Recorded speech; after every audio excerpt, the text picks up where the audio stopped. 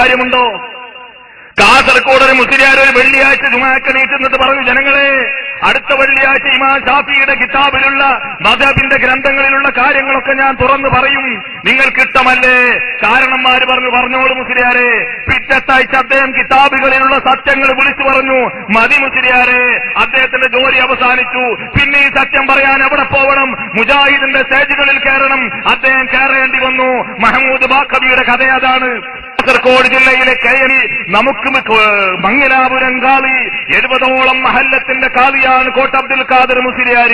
അദ്ദേഹത്തെ നമുക്കൊന്ന് പോയി കാണണം, അദ്ദേഹം സംസാരിക്കണമെന്ന് ആഗ്രഹിച്ചു എന്ന്. കോട്ട അബ്ദുൽ ഖാദർ മുസ്ലിയാരെ അറിയാത്ത സമസ്തക്കാരുണ്ടാവില്ലല്ലോ.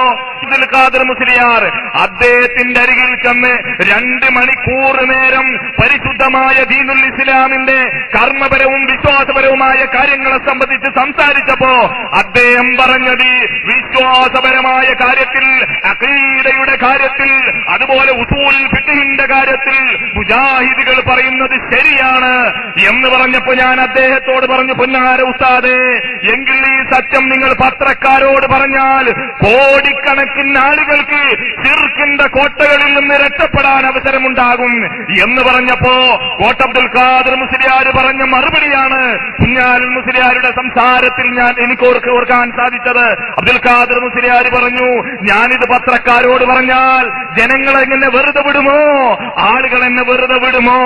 നിങ്ങൾ പറയട്ടെ, കേരളത്തിലെ ഉത്തരവാദപ്പെട്ട ഒരു സ്ഥാപനം, വലിയ മഹത്തായ സമസ്തയുടെ ഒരു സ്ഥാപനമാണ്.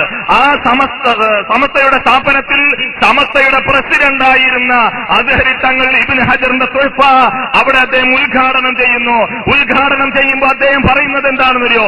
ഈ തുഹ്ഫക്കൊരു വ്യാഖ്യാനമുണ്ട്, ഇത് ലോകത്തെവിടെയില്ല, കൈറോ യൂണിവേഴ്സിറ്റിയിലുണ്ട്, അതിൽ എല്ലാ വഹാബിക്കും മറുപടിയുണ്ട്. തിരിച്ചു പോരുമ്പോ സമസ്തയുടെ സെക്രട്ടറി ചോദിച്ചു, ബഹുമാനപ്പെട്ട ഉസ്താദെ, ആ കിതാബ് നിങ്ങളൊന്ന് എത്തിക്കണം. ഉടനെ അസ്ഹരി തങ്ങളുടെ മറുപടി, ചെറുശ്ശേരി ദൈനുജി മുസ്ലിയാർ എന്ന് പറയുന്ന സമസ്തയുടെ ഇന്നത്തെ സെക്രട്ടറിയോട്, ദൈനുജി മുസ്ലിയാരെ, അങ്ങനെ ഒരു കിതാബുമില്ല, ഒരു വ്യാഖ്യാനമല്ല, അതൊക്കെയുള്ള 11 പണ്ഡിതന്മാരോടാണ്, ഞാൻ പണ്ഡിതനല്ല, എന്റെ കൂടെയുള്ള പണ്ഡിതന്മാരോടാ പറയുന്നത് ഈ വസ്തുത. എന്റെ കൂടെയുള്ള ആളുകൾ ഇത് കേട്ടപ്പോ പൊട്ടിച്ചിരിച്ചപ്പോ എന്റെ കണ്ണിൽ കണ്ണുനീരൊഴുകുന്ന സാഹചര്യമുണ്ടായി. പിന്നീട് മിണ്ടിയില്ല. കാരണം എന്താണെന്നറിയോ? മാളയിൽ ദർശ നടത്തുന്ന കാലത്ത് ഒരു പ്രവർത്തകൻ, ഒരു മനുഷ്യൻ സമസ്തയോട് എതിരായി തൗഹീദ് സ്വീകരിച്ചതിന്റെ പേരിൽ ആ മനുഷ്യൻ നാട്ടിൽ നിന്ന് വീട് വിറ്റ് എടവിലങ്ങ് എന്ന സ്ഥലത്തേക്ക് മാറി താമസിക്കാൻ കാരണക്കാരനായത് ഞാനായിരുന്നു. മുജാഹിദ് പ്രസ്ഥാനത്തിലേക്ക് വന്ന് പോർട്ട് കൊച്ചിയിലെ ഒരു ഓഡിറ്റോറിയത്തിൽ പ്രസംഗിക്കുമ്പോ അദ്ദേഹം ഫ്രണ്ടിലിരിക്കുന്നു, എന്നിട്ടൊരു കൂളിംഗ് ഗ്ലാസ് കണ്ണടയും വെച്ചിരിക്കുന്നു. ഞാൻ അറിയുന്നില്ല. പ്രസംഗം കഴിഞ്ഞതിന് ശേഷം സ്റ്റേജിലേക്ക് കയറി വന്ന് എന്നെ കെട്ടിപ്പിടിച്ചുകൊണ്ട് വിതുമ്പിക്കരഞ്ഞുകൊണ്ട് അദ്ദേഹം പറഞ്ഞതെന്താണെന്നറിയോ? ഉസ്താദേ, ഇത് കാണാൻ ഞാനും എന്റെ ഭാര്യയും എന്റെ മക്കളും രാത്രി തഹജ്ജുദ് നമസ്കരിച്ച് ഇവിടുന്ന് നാട് വിട്ട് അന്യ നാട്ടിൽ ചെന്ന് അവിടെ താമസിക്കുമ്പോ തഹജ്ജുദ് നമസ്കരിച്ച് പടച്ച തമ്പുരാനോട് ഇതിനു വേണ്ടി ഞങ്ങൾ പ്രാർത്ഥിച്ചിട്ടുണ്ട് ഉസ്താദേ എന്ന് പറഞ്ഞ് അദ്ദേഹം കരയുന്ന രംഗം. ഇത്തരം ശക്തമായി ഈ സംഘടനയ്ക്ക് ഞങ്ങളുടെ ജീവൻ വരെ നൽകാൻ തയ്യാറായ ഞങ്ങൾക്ക്, ഞങ്ങൾ കാണാത്ത പലതും ഈ കാരണവന്മാർ, ഈ നേതാക്കന്മാർ കണ്ടിട്ടുണ്ടാകുമെന്ന് ഞങ്ങൾ വിശ്വസിച്ചു. അതുപോലെ അതിനിടയിലൊക്കെ എന്താ അറിയോ, കാശ് കിട്ടിയിട്ടുണ്ടാവുന്നുള്ള തോന്നൽ. ഞാന് മുജാഹിദ് പ്രസ്ഥാനത്തിലേക്ക് വന്നിട്ട് 6 മാസം മുജാഹിദുകൾ പോലും അറിയില്ല. കരുവാരകുണ്ടിലെ ശരീഫ് നിങ്ങളുടെ മുമ്പിലിരിക്കുന്നുണ്ട്. അദ്ദേഹം പറഞ്ഞത്രേ ഒരു ഉമർ ഫൈസി മുജാഹിദായിട്ടുണ്ട് ഇത് കേൾക്കുന്നുണ്ട്. അങ്ങനെയാണ് നമ്മളെവിടേക്കും വരില്ല, നമുക്ക് തേടി പോകാനൊന്നും ആവില്ല. അങ്ങനെ ഇരിക്കുമ്പോ ഇവര് പോലും അറിയാതെ ഞാൻ മുജാഹിദായിട്ടുണ്ട് എന്ന് സമസ്തയുടെ മുസ്ലിയാക്കന്മാരറിയുന്നു. അങ്ങനെ സമസ്തയുടെ SYSന്റെ സ്റ്റേറ്റ് കൌൺസിലർ ഈ മൊയ്തീൻ ഫൈസി പുത്തനെ രാത്രി സുബ്ഹിക്ക് എന്റെ വീട്ടിൽ വന്ന് പറഞ്ഞു, നിങ്ങളുടെ ഈ അഭിപ്രായം ഒന്ന് തിരുത്തണം, നിങ്ങൾ ഒന്നുകൂടെ ആലോചിക്കണം. നിങ്ങൾ മുജാഹിദുകളിൽ നിന്ന് ഭീമമായ തുക കൈപ്പറ്റിയതിന്റെ പേരിലാണ് മുജാഹിദായത് എന്ന് ഞങ്ങൾക്കൊക്കെ കേൾക്കാൻ സാധിച്ചിട്ടുണ്ട്. അതുകൊണ്ട് നിങ്ങൾക്ക് എത്ര സാമ്പത്തിക ബാധ്യതയുണ്ടെങ്കിലും സമസ്ത കേരള ഇസ്ലാം മത വിദ്യാഭ്യാസ ബോർഡിന് നിങ്ങളുടെ കടം വീട്ടാൻ ഒരു പ്രശ്നവുമില്ല.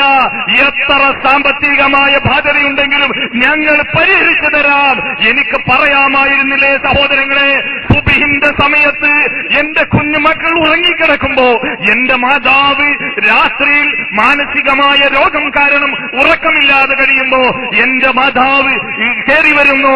ഞങ്ങൾ സംസാരിക്കുന്ന റൂമിന്റെ അരികിലേക്ക് ഒരാളും ഈ ലോകം അറിയാത്ത, ലോകം ഉറങ്ങിക്കിടക്കുന്ന സമയത്ത്, കേരളം ഉറങ്ങിക്കിടക്കുന്ന സമയത്ത് സമസ്തയുടെ SYSന്റെ സ്റ്റേറ്റ് നേതാവ് ഈ മൊയ്തീൻ ഫൈസി പുത്തനെ ഇന്നും ഹയാത്തിലുള്ളതാണ്. ആയത്തും ഹദീസും ദുർവ്യാഖ്യാനമല്ല. അദ്ദേഹം പറഞ്ഞു, എത്ര ബാധ്യതയുണ്ടെങ്കിലും നമുക്ക് പരിഹരിക്കാം. എനിക്ക് പറഞ്ഞുകൂടായിരുന്നോ ഒരു 10 കോടിയുടെ ബാധ്യതയുണ്ട്, അത് നിങ്ങൾ തരികയാണെങ്കിൽ അൽഹംദുലില്ലാഹ് അത് പരിഹരിക്കാം എന്നെനിക്ക് പറഞ്ഞുകൂടായിരുന്നോ? ഇല്ല സഹോദരങ്ങളെ, ഞാൻ അദ്ദേഹത്തോട് പറഞ്ഞത് എന്താണെന്നറിയാമോ? എനിക്ക് ഞാൻ മേടിച്ചിട്ടില്ല എന്ന് പറഞ്ഞാൽ നിങ്ങൾ സ്വീകരിക്കില്ലല്ലോ. ശരി, നിങ്ങളുടെ വിശ്വാസപ്രകാരം ഒരു 50 ലക്ഷം ഞാൻ മേടിച്ചിട്ടുണ്ടാകുമെന്നായിരിക്കും. എന്താവട്ടെ, നിങ്ങളുടെ ഈ ധാരണ ഞാൻ തിരുത്തുന്നില്ല. എനിക്കുള്ള ബാധ്യത എന്താണെന്നറിയോ? നിങ്ങൾ 50 ലക്ഷവും വേണ്ട, 5 കാശും തരണ്ട. മഹാനായ ഇമാം ഷാഫി ഇന്ന് കുത്തുബിയത്ത് നടത്തുന്നില്ലേ, ഇസ്തിഗാസ നടത്തുന്നില്ലേ? ഈ പരിപാടി ഷാഫി മദ്ഹബ് പ്രകാരമല്ലേ? എങ്കിൽ ഇമാം ഷാഫി കുത്തുബിയത്ത് നടത്താൻ, ഇസ്തിഗാസ നടത്താൻ, മരിച്ചുപോയ മഹാന്മാരോട്, അമ്പിയാവുലിയാക്കന്മാരോട് ദുആ ചെയ്യാൻ ഇമാം ഷാഫി ഓതിയ ഒരായത്ത് തരൂ, ഒരു ഹദീസ് തരൂ. ഞാൻ 50 ലക്ഷത്തിന്റെ 50 കോടിയുടെ ബാധ്യത മുജാഹിദുകളുമായി ഉണ്ടെങ്കിൽ ഞാനത് അവർക്ക് തിരിച്ചു കൊടുത്ത് ഇമാം ഷാഫി ഓതിയ അള്ളയല്ലാത്തവരോട് ദുആ ചെയ്യാനുള്ള ഹദീസ് മതി, ആയത്ത് മതി. ഈ മുഴുവനും വിറ്റാലും കിട്ടാത്ത അല്ലാഹുവിന്റെ സ്വർഗം എനിക്കതുകൊണ്ട് ലഭ്യമാകും എന്ന് പറഞ്ഞപ്പോ ഈ മൊയ്തീൻ ഫൈസി എന്റെ മുമ്പിൽ തർക്കിക്കുന്നു. റസൂലുള്ളാഹിന്റെ അടുക്ക് വന്ന് സഹാബത്ത് ഒരുപാട് യാ റസൂലുള്ള പറഞ്ഞിട്ടില്ലേ, യാ റസൂലുള്ള പറഞ്ഞിട്ടില്ലേ?